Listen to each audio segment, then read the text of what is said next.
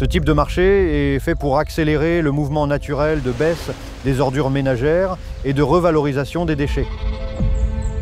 Ce qu'on s'est aperçu, c'est qu'effectivement, en 2021, on était un petit peu au-dessus au niveau national par rapport au tonnage, au pourcentage, et donc on a voulu lancer ce marché compétitif. Je m'appelle Christian Lagarde, maire de la commune de Moulis-en-Médoc et président de la communauté de communes médulienne. Nous sommes 10 communes rurales et 22 500 habitants, avec 3 entités fortes, l'océan, la forêt et le vignoble.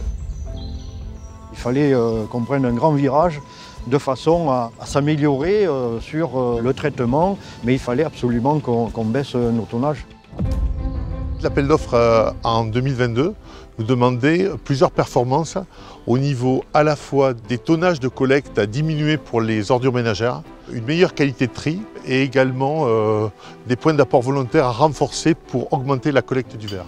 Je m'appelle Patrice Allary, je suis le directeur des services aux collectivités locales pour Veolia Sud-Ouest.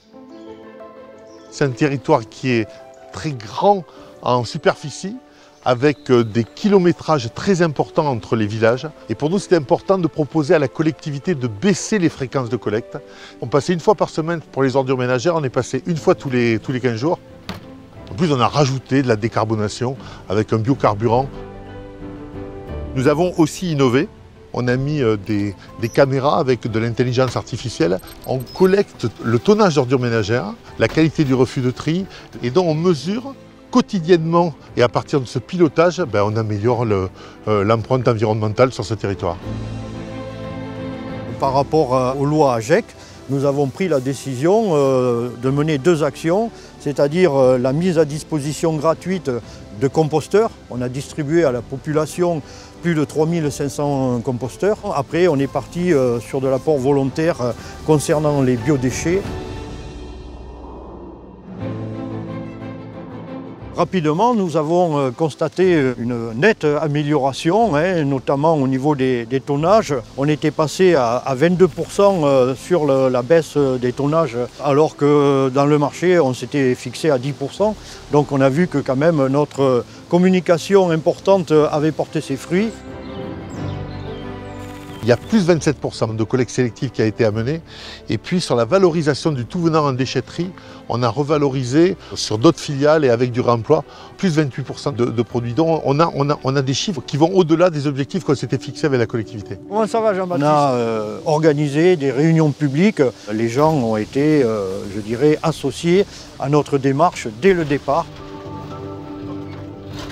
Et la baisse de fréquence de collecte depuis le début d'année? Ça se passe bien. Vous avez beaucoup communiqué aussi de votre côté? Oui, on a eu une communication très importante et on en a les résultats, On est sur un territoire qui n'a pas voulu appliquer une redevance incitative, qui avait un côté un peu punitif. Ils ont joué tous sur la concertation et la prévention et finalement ça a marché. Et puis à quasiment mi-contrat, on se dit qu'il y a encore des pistes à améliorer. Et on évolue avec le client. Et effectivement, ce sont des résultats très positifs. Et puis je dirais que dans l'avenir, il faut continuer dans cette lancée. Il faut surtout toujours communiquer. Quand on donne du sens au message, ce qui a été fait par les politiques sur ce bassin-là, quand on donne du sens, ça fonctionne. Les gens adhèrent à l'environnement aujourd'hui.